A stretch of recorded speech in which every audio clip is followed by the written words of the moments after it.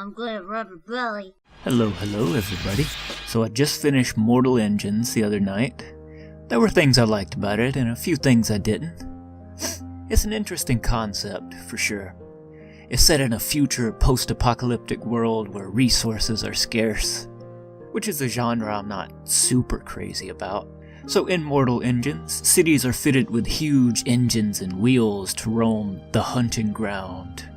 Here, larger cities capture smaller ones and take their resources.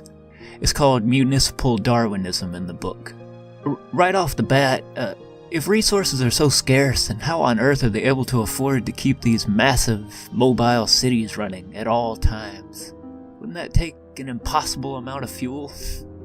Maybe Calcifer's running things. Wow!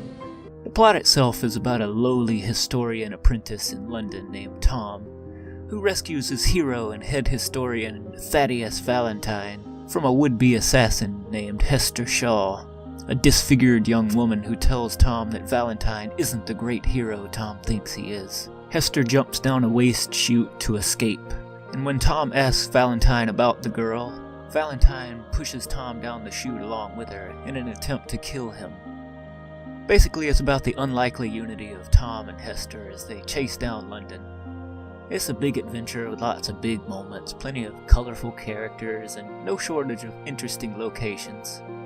Finishing this book was not unlike finishing a grand PS1-era RPG.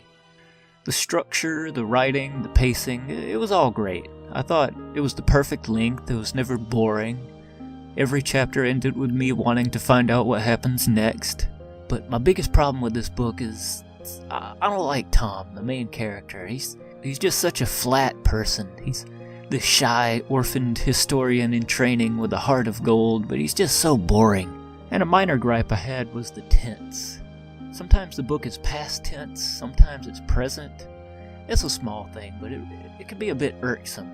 It throws me off. And while we're on the subject of minor grievances, there are way too many exclamation points. When I see a sentence ending with an exclamation point, I think yelling or saying something loudly, but the author uses them everywhere, even when people are whispering it, and it bugs me.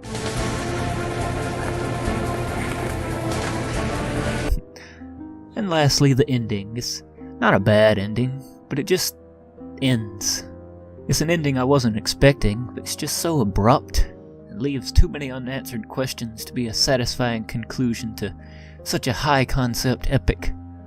I get that the author wants readers to get the next book in the series to find out what happens, but I think any book should first work as a standalone, self-contained story. Harry Potter was a series that understood this. Every book is its own thing, while also advancing a grander narrative. With that said, Mortal Engines was a pretty okay read. They made this book into a movie recently, but it was such a critical and financial failure that we likely won't see any of the other books made into films. And that's a shame too, because the previews looked really good. And Peter Jackson is one of my favorite directors. It's possible that the movie can be saved by Blu-ray sales and such, but it doesn't look like more Mortal Engines movies are in the future. Regardless, the book itself was pretty solid, and I'm happy I read it. And so my final rating for Mortal Engines is a 6.5. Pretty okay, but let me know what you guys think. Leave your thoughts in the comments wing-dang-dungus below. I like to read everything. And if you're new here, welcome, traveler. Make yourself at home. And as always, stay squirrely. Bye!